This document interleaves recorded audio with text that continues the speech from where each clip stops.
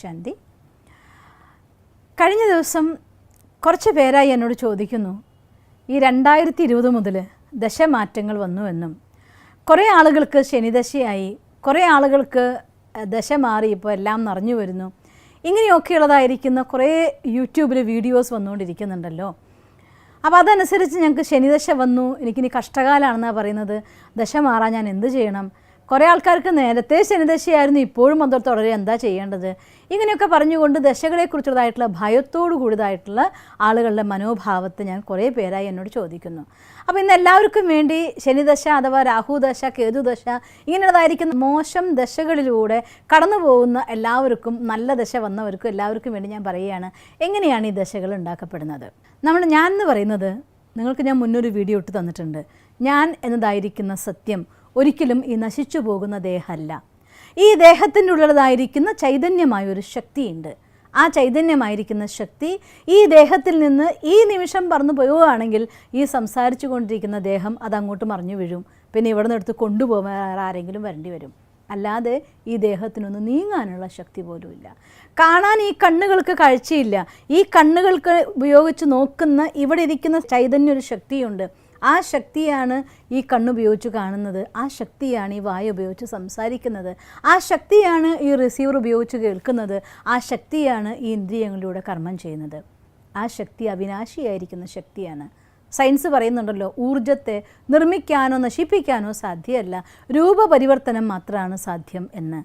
ജന്മജന്മാന്തരങ്ങളുടെ കർമ്മത്തിൻ്റെ കണക്കുകൊണ്ട് for every action there is equal and opposite reaction നമ്മൾ പറയാറില്ലേ? ഏതൊരു കർമ്മത്തിനും തുല്യവും വിപരീതവുമായിരിക്കുന്ന ഒരു പ്രതിപ്രവർത്തനം തീർച്ചയായിട്ടും ഉണ്ടായിരിക്കും. അപ്പം ഞാനൊരു കർമ്മം ചെയ്യുന്ന സമയത്ത് അതിൽ എൻ്റെ സങ്കല്പം കൊണ്ട്, വാക്കുകൊണ്ട്, ഇന്ദ്രിയങ്ങൾ കൊണ്ട് ഊർജ്ജം ഡെപ്പോസിറ്റ് ചെയ്യുകയാണ്.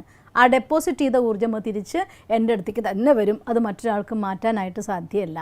അപ്പോൾ ഇത്തരത്തിൽ കർമ്മഫലങ്ങൾ, നല്ലതും ചീത്തയുമായ കർമ്മങ്ങൾ, അറിഞ്ഞോ അറിയാതെയോ നമ്മുടെ കയ്യിൽ നിന്ന് സംഭവിച്ചുകൊണ്ടിരിക്കുന്നതായിരിക്കുന്ന കർമ്മങ്ങളുടെ ഫലം ആകത്തുകയായി നമ്മുടെ അടുത്ത് വരുമ്പോൾ അത് നെഗറ്റീവായിരിക്കുന്ന കർമ്മങ്ങളാണ് ആക്റ്റീവ് ആകുന്നത് എങ്കിൽ അത് നമുക്ക് പോസിറ്റീവായിരിക്കുന്ന നല്ല ദശകളായിട്ടും, മോശമായിരിക്കുന്ന കർമ്മഫലങ്ങളാണ് വരുന്നതെങ്കിൽ അത് നമുക്ക് മോശം ദശയായിട്ടും വരും.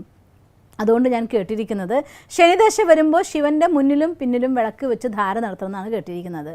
നിങ്ങൾക്ക് അതിൻ്റെ അർത്ഥം എന്താണെന്നറിയോ?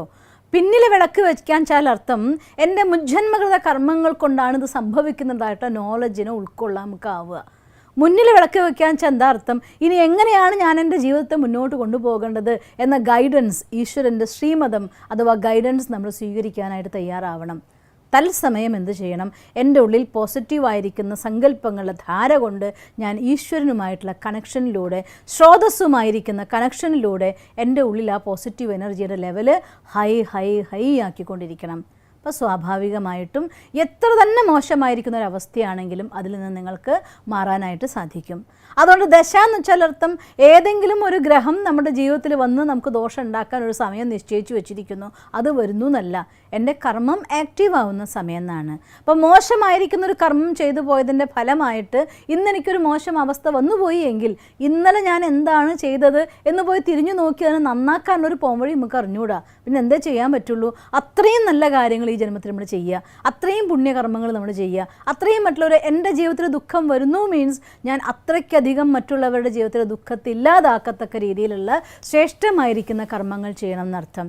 എനിക്ക് പഠിച്ചു തോർക്കാൻ സാധിക്കുന്നില്ല, എൻ്റെ ബുദ്ധിയിൽ കാര്യങ്ങൾ തങ്ങി നിൽക്കാത്ത രീതിയിൽ കേതു വന്ന് എന്നെ ഉപദ്രവിക്കുന്നു എന്ന് വെച്ചാൽ അർത്ഥം ബുദ്ധി കൊണ്ട് ഞാൻ ചെയ്തു വെച്ച എന്തോ ഒരു പാപത്തിൻ്റെ കണക്ക് ആക്റ്റീവായി വന്നിരിക്കുകയാണ്. അതിജീവിക്കാൻ എന്ത് വേണം? ബുദ്ധിയോഗം സ്വയം പരമാത്മാവിൽ ചേർത്തുകൊണ്ട്, ബുദ്ധിയുടെ ലൈൻ ക്ലിയറാക്കി, കണക്ഷൻ ക്ലിയർ ആക്കിക്കൊണ്ട്, സ്വയം ഭഗവാനുമായിട്ടുള്ള കണക്ഷനിൽ ഇരുന്നു കൊണ്ട് നമ്മുടെ ബുദ്ധിയെ ശുദ്ധമാക്കിയാൽ കേതുദശേനെയും അതിജീവിക്കാം. രാഹുദശ വരുമ്പോൾ നിലത്ത് കിടന്ന് എഴയുള്ളൂ പാമ്പിനെ പോലെ, എന്തു തൊട്ടാലും നശിക്കുകയുള്ളൂ എന്നാണ് പറയുന്നത്. എന്നുവെച്ചാൽ അർത്ഥം പാമ്പിനെ എഴയാന്ന് വെച്ചാൽ അർത്ഥം കാമവികാരത്തിനടിമയായി സംഭവിച്ചു പോയതായിരിക്കുന്ന പാപകർമ്മങ്ങൾ ആക്റ്റീവായി വരുന്ന സമയം രാഹുവായി നമ്മുടെ അടുത്തേക്ക് വരുന്നു. അപ്പോൾ അതിനെ അതിജീവിക്കാൻ എന്ത് ചെയ്യണം? നമ്മുടെ ഉള്ളിൽ നിന്നതായിട്ടുള്ള പവിത്രതയുടെ, ത്യാഗത്തിൻ്റെ, സമർപ്പണത്തിൻ്റെ, ഭക്തിയുടെ, ഈശ്വരനുള്ള സമർപ്പണത്തിൻ്റെ ആ സമ്പൂർണ്ണ ശ്രേഷ്ഠമായിരിക്കുന്ന സമർപ്പണത്തിലൂടെ നമ്മുടെ ജീവിതത്തെ പുണ്യകർമ്മത്തിന് വേണ്ടി ഉപയോഗിച്ചാൽ ആ ദശയും നമുക്ക് മാറിപ്പോകുന്നതേ ഉള്ളൂ. അതുകൊണ്ട് എന്തൊന്നും നമ്മൾ ഭയപ്പെടേണ്ട യാതൊരു കാര്യവുമില്ല. നമുക്ക് റിയലൈസേഷൻ വേണം. ഓക്കെ, ഇങ്ങനൊരവസ്ഥ വരുന്നുണ്ടെന്ന് വെച്ചാൽ എന്താ അർത്ഥം? അത് എൻ്റെ ലൈഫിൽ ഏതോ ഒരു പാപകർമ്മം ആക്റ്റീവായി വന്നിരിക്കുന്നു എന്നർത്ഥം. അതുകൊണ്ടാണല്ലോ രാജയോഗം ഉള്ള ഒരാൾ എന്ന് പറഞ്ഞിട്ടും അയാളും കഷ്ടപ്പെടുന്ന കാര്യം നമ്മൾ കാണാറുണ്ട്. ഇവർക്ക് ഗജകേസരി യോഗ എന്ന് പറയുന്നുണ്ട്, ആനയുടെ പാപ്പാനായി പോകുന്ന കഥയും നമ്മൾ കാണാറുണ്ട്. അപ്പം അതുകൊണ്ട് ദശകൾ നമ്മുടെ ഈ ജന്മത്തിൻ്റെ കർമ്മത്തിൻ്റെ കൂടെ ആധാരത്തിലാണ് വരുന്നത്. ഇവർക്ക് സമ്പന്നമാവാനുള്ള യോഗം ഉണ്ട് എന്ന് പറഞ്ഞുകൊണ്ട് വീട്ടിൽ മിണ്ടാതിരുന്നത് കൊണ്ട് ഒരാൾക്ക് സമ്പന്നമായിട്ടുള്ള യോഗം വരില്ല. തൻ്റെ കഠിനാധ്വാനത്തിലൂടെയാണ് അവർക്ക് ആ അധ്വാനം ചെയ്യുമ്പോൾ അതിൻ്റെ ഫലം എളുപ്പത്തിൽ വന്നു ചേരാനുള്ളതായിരിക്കും ഒരു ഊർജ്ജത്തിൻ്റെ സപ്പോർട്ട് കിട്ടുന്ന സമയം എന്നർത്ഥം. അതുകൊണ്ട് കഷ്ടകാലം എന്ന് കേൾക്കുമ്പോൾ അതിനെ തന്നെ വിചാരിച്ചുകൊണ്ട് വിഷമിച്ചിരിക്കേണ്ട. ഞാൻ ഓർക്കാറുണ്ട് കഴിഞ്ഞ കാലഘട്ടങ്ങളിലൊക്കെ ഈ നാൾ നോക്കി പറയുന്നവർ പലരും എൻ്റെ അടുത്ത് സ്നേഹമുള്ള ഒരു ഫ്രണ്ട്സ് എന്നോട് പറയുമായിരുന്നു, നിനക്ക് ശനിദശയാണ് എന്ന്. അപ്പം ഞാൻ തിരിച്ച് പറയാറുണ്ട്, ശനിദശ കണ്ടകശനിയാണ് കൊണ്ടേ പോകുള്ളൂ എന്നൊക്കെ പറയുന്നതെങ്കിൽ ആ അവസ്ഥയിൽ ഞാൻ ഇത്ര സുഖം അനുഭവിച്ചാൽ ഇനിയിപ്പോൾ വരാൻ നല്ല കാലത്ത് എന്ത് ഞാൻ അനുഭവിക്കുമെന്ന് എൻ്റെ ജീവിതത്തിൻ്റെ സത്യം, എൻ്റെ അനുഭവം ഞാൻ നിങ്ങളോട് പറയുകയാണ്.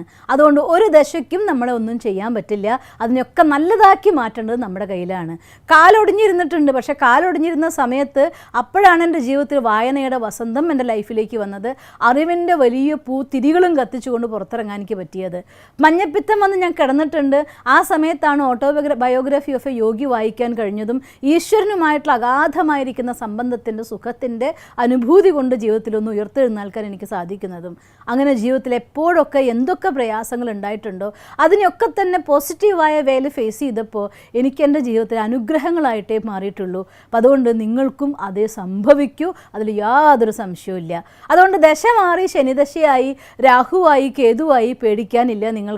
നിങ്ങൾക്ക് ഏത് അവസ്ഥയിലും അതിനെ നല്ലതിലേക്ക് മാറ്റേണ്ടത് നമ്മുടെ ആറ്റിറ്റ്യൂഡാണ്, നമ്മുടെ മനോഭാവമാണ്, നമ്മുടെ പരിശ്രമമാണ്, നമ്മുടെ സമർപ്പണമാണ്, നമ്മുടെ വിശ്വാസത്തിൻ്റെ ശക്തിയാണ്.